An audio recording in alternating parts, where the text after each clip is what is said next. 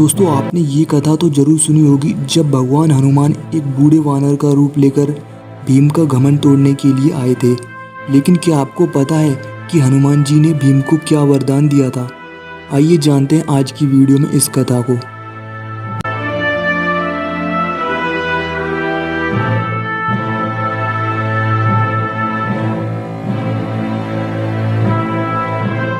महाभारत में एक प्रसंग आता है जब भीम और हनुमान जी की मुलाकात होती है। आज हम आपको उसी प्रसंग के बारे में बता रहे हैं। साथ ही इस प्रसंग का संबंध उस मान्यता से भी है जिसके अनुसार महाभारत युद्ध में श्री कृष्ण अर्जुन के जिस रथ के सारथी बने थे उस रथ के छत्र पर स्वयं हनुमान जी विराजित थे। वनवास के दौरान पांडव जब बद्रिकाश्रम में रह रहे थे तभी एक दिन वहां उड़ते हुए एक सहस्त्रदल कमल आ गया। उसकी गंध बहुत ही मनमोहक थी। उस कमल को द्रौपदी ने देख लिया। द्रौपदी ने उसे उठा लिया और भीम से कहा, यह कमल बहुत ही सुंदर है, मैं यह कमल धर्मराज युधिष्ठिर को भेंट करूंगी। अगर आप मुझसे प्रेम करते हो तो ऐसे बहुत से कमल मेरे लिए लेकर आइए। द्रौपदी के ऐसा कहने पर भीम उस दिशा की ओर चल दिए जिधर से वह कमल उड़कर आया था। भीम के चलने से बादलों के समान भीषण आवाज आती थी जिससे घबराकर उस स्थान पर रहने वाले पशु पक्षी अपना आश्रय छोड़कर भागने लगे।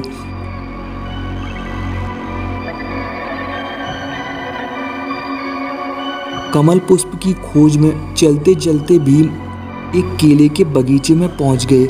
यह बगीचा गंधमादन पर्वत की चोटी पर कई योजन लंबा चौड़ा था। भीम निसंकोच उस बगीचे में घुस गए। उस बगीचे में भगवान श्री हनुमान रहते थे। उन्हें अपने भाई भीमसेन के वहां आने का पता लग गया। हनुमान जी ने सोचा कि यह मार्ग भीम के लिए उचित नहीं है। यह सोचकर उनकी रक्षा करने के विचार से वे केले के बगीचे में से होकर जाने वाले उस मार्ग में लेट गए। चलते चलते भीम को उस बगीचे के संकरे मार्ग पर लेटे हुए वानर राज हनुमान दिखाई दिए। उनके होठ पतले थे, जीभ और मुंह लाल थे, कानों का रंग भी लाल लाल था। भौहें चंचल थीं तथा खुले हुए मुख में सफ़ेद नुकीले और तीखे दांत और दाढ़ें दिखती थीं। बगीचे में इस प्रकार एक वानर को लेटे हुए देखकर भीम उनके पास पहुंचे और जोर से गर्जना की। हनुमान जी ने अपने नेत्र खोलकर उपेक्षा पूर्वक भीम की ओर देखा और कहा, तुम कौन हो और यहाँ क्या कर रहे हो? मैं रोगी हूँ या आनंद से सो रहा था। तुमने मुझे क्यों जगा दिया? यहाँ से आगे यह पर्वत अगम्य है, इस पर कोई भी नहीं चढ़ सकता, अतः तुम यहाँ से चले जाओ। हनुमान जी की बात सुनकर भीम बोले, वानर राज आप कौन हैं और यहाँ क्या कर रहे हैं? मैं तो चंद्रवंश के अंतर्गत कुरुवंश में उत्पन्न हुआ हूँ। मैंने माता कुंती के गर्भ से जन्म लिया है और मैं महाराज पांडु का पुत्र हूँ। लोग मुझे वायुपुत्र भी कहते हैं। मेरा नाम भीम है। भीम की बात सुनकर हनुमान जी बोले, मैं तो वानर हूँ। तुम जो इस मार्ग से जाना चाहते हो तो मैं तुम्हें इधर से नहीं जाने दूंगा। अच्छा तो यही होगा कि तुम यहाँ से लौट जाओ, नहीं तो मारे जाओगे। यह सुनकर भीम ने कहा, मैं मरूं या बचूं तुमसे इस विषय में नहीं पूछ रहा हूँ, तुम उठकर मुझे रास्ता दो। हनुमान जी बोले, मैं रोग से पीड़ित हूँ, यदि तुम्हें जाना ही है तो मुझे लांघकर चले जाओ। भीम बोले, संसार के सभी प्राणियों में ईश्वर का वास है, इसलिए तुम्हारा लंघन कर परमात्मा का अपमान नहीं करूँगा। यदि मुझे परमात्मा के स्वरूप का ज्ञान न होता तो मैं तुम्हीं को क्या इस पर्वत को भी इसी प्रकार लांघ जाता जैसे हनुमान जी समुद्र को लांघ गए थे। हनुमान जी ने कहा, यह हनुमान कौन था जो समुद्र को लांघ गया था? उसके विषय में तुम कुछ और कह सकते हो तो कहो। भीम बोले, वे वानर प्रवर मेरे भाई हैं। वे बुद्धि बल और उत्साह से संपन्न तथा बड़े गुणवान हैं और रामायण में बहुत ही विख्यात हैं। वे श्री रामचंद्र जी की पत्नी सीता जी की खोज करने के लिए एक ही छलांग में 100 योजन बड़ा समुद्र लांघ गए थे। मैं भी बल और पराक्रम में उन्हीं के समान हूँ, इसीलिए तुम खड़े हो जाओ, मुझे रास्ता दो। यदि मेरी आज्ञा नहीं मानोगे तो मैं तुम्हें यमपुरी पहुँचा दूंगा। भीम की बात सुनकर हनुमान जी बोले, हे वीर, तुम क्रोध न करो। बुढ़ापे के कारण मुझ में उठने की शक्ति नहीं है, इसीलिए कृपा करके मेरी पूंछ हटाकर निकल जाओ।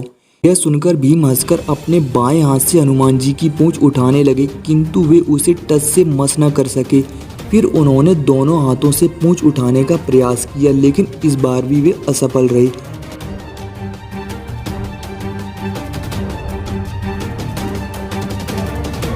तब भीम लज्जा से मुख नीचे करके वानर राज के पास पहुंचे और कहा, आप कौन हैं? अपना परिचय दीजिए और मेरे कटु वचनों के लिए मुझे क्षमा कर दीजिए। तब हनुमान जी ने अपना परिचय देते हुए कहा कि इस मार्ग में देवता रहते हैं, मनुष्यों के लिए यह मार्ग सुरक्षित नहीं है, इसीलिए मैंने तुम्हें रोका था। तुम जहाँ जाने के लिए आए हो वह सरोवर तो यहीं है।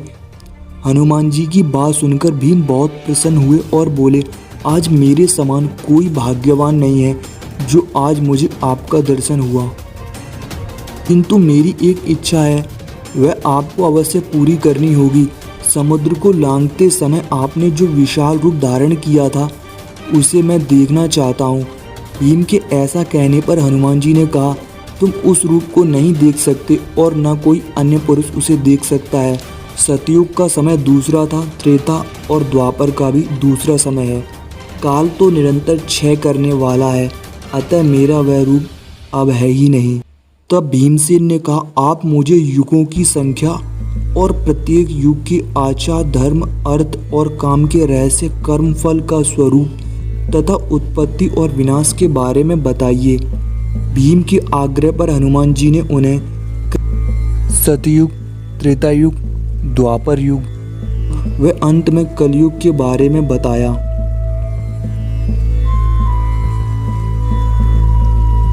हनुमान जी ने कहा कि अब शीघ्र ही कलयुग आने वाला है, इसीलिए तुम्हें जो मेरा पूर्व रूप देखना था अब वह संभव नहीं है। हनुमान जी की बात सुनकर भीम बोले, आपके उस विशाल रूप को देखे बिना मैं यहाँ से नहीं जाऊंगा।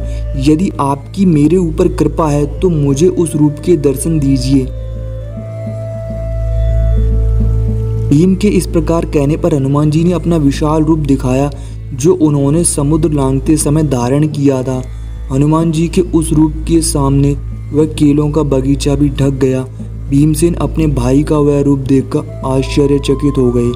फिर भीम ने कहा, हनुमान जी, मैंने आपके इस विशाल रूप को देख लिया, अब आप अपने इस स्वरूप को समेट लीजिए। आप तो उगते हुए सूर्य के समान हैं, मैं आपकी ओर देख नहीं सकता। भीम के ऐसा कहने पर हनुमान जी अपने मूल स्वरूप में आ गए और उन्होंने भीम को अपने गले से लगा लिया। इससे तुरंत ही भीम की सारी थकावट दूर हो गई और सब प्रकार की अनुकूलता का अनुभव होने लगा। गले लगाने के बाद हनुमान जी ने भीमसेन से कहा कि भैया भीम, अब तुम जाओ, मैं इस स्थान पर रहता हूँ, यह बात किसी से मत कहना। आज मैं तुमसे बहुत प्रसन्न हूँ, इसीलिए मुझसे कोई वर मांगो। तुम्हारी इच्छा हो तो मैं हस्तिनापुर में जाकर धृतराष्ट्र पुत्रों को मार डालूंगा या पत्थरों से उस नगर को नष्ट कर दूं, अथवा दुर्योधन को बांधकर तुम्हारे पास ले आऊं। तुम्हारी जैसी इच्छा हो मैं उसे पूर्ण कर सकता हूं। हनुमान जी की बात सुनकर भीम बड़े प्रसन्न हुए और बोले, हे वानरराज, आपका मंगल हो। आपने जो कहा है वह काम तो होकर ही रहेगा, बस आपकी दया दृष्टि बनी रहे, यही मैं चाहता हूँ। भीम के ऐसा कहने पर हनुमान जी ने कहा, तुमने मुझे अग्रज माना है, अतः मैं तुम्हारा प्रिय रहूंगा।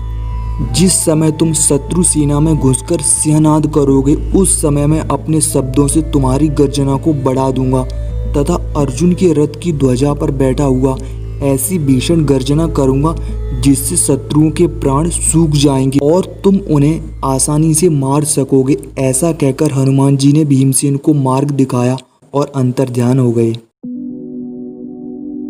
दोस्तों, आज की वीडियो में बस इतना ही। आपको ये जानकारी कैसी लगी हमें कमेंट सेक्शन में जाके जरूर बताएं। अगर आपको ये जानकारी पसंद आई है तो वीडियो को लाइक और शेयर कर दीजिए। अगर आपने अभी तक चैनल सब्सक्राइब नहीं किया तो चैनल को जरूर सब्सक्राइब कर लीजिए ताकि आने वाली ऐसी और भी इंटरेस्टिंग वीडियो आप तक सबसे पहले पहुंचे। फिर मिलते हैं अगली वीडियो में किसी नई जानकारी के साथ। तब तक के लिए जय हिंद।